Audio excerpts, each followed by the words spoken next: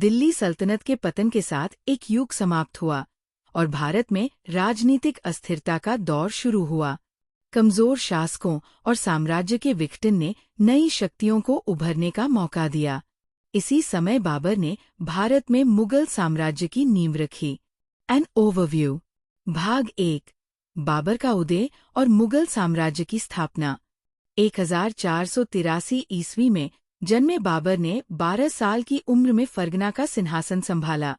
एक कुशल रणनीतिकार के रूप में उन्होंने 1497 में समरकंद पर कब्जा किया, लेकिन जल्द ही समरकंद और फरगना दोनों खो दिए। हार मानने के बजाय बाबर ने एक मजबूत सेना बनाई और अंततः काबुल पर कब्जा कर लिया, जहां उन्होंने बादशाह की उपाधि धारण की। अपने पूर्वज तैमूर की भूमि वापस पाने के लिए बाबर को पंजाब के गवर्नर दौलत खान लोधी और अन्य सरदारों ने भारत आमंत्रित किया, ताकि वे कमजोर सुल्तान इब्राहिम लोधी को हटा सकें। पानीपत का पहला युद्ध। 1526 ईस्वी। 1526 में पानीपत के पहले युद्ध में बाबर की सेना ने तोपों और आधुनिक हथियारों का उपयोग करते हुए इब्राहिम लोधी को हराया। युद्ध के अंत में लोधी मारे गए और बाबर ने दिल्ली और आगरा पर कब्जा कर लिया। ये मुगल शासन की शुरुआत थी। खानवा का युद्ध। 1527 ईस्वी।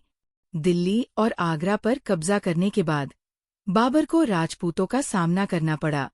मेवाड़ के राणा सांगा के नेतृत्व में राजपूत सेना ने 1527 में खानवा के युद्ध में बाबर की सेना को चुनौती दी।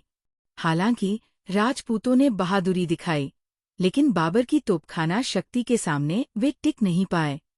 बाबर ने ये युद्ध जीत लिया। चंदेरी का युद्ध। 1528 ईस्वी। राजपूतों का प्रतिरोध यही खत्म नहीं हुआ। 1528 में बाबर ने मेदिनी राय को हराकर चंदेरी का किला जीत लिया। घाघरा का युद्ध। 1529 ईस्वी। घाघरा के युद्ध में बाबर ने अफगान सरदारों और बंगाल के सुल्तान को हराया। इन विजयों ने बाबर को एक महान सेनानायक के रूप में स्थापित किया।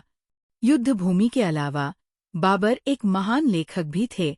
उनकी आत्मकथा बाबरनामा इस्लामी साहित्य की पहली सच्ची आत्मकथा मानी जाती है।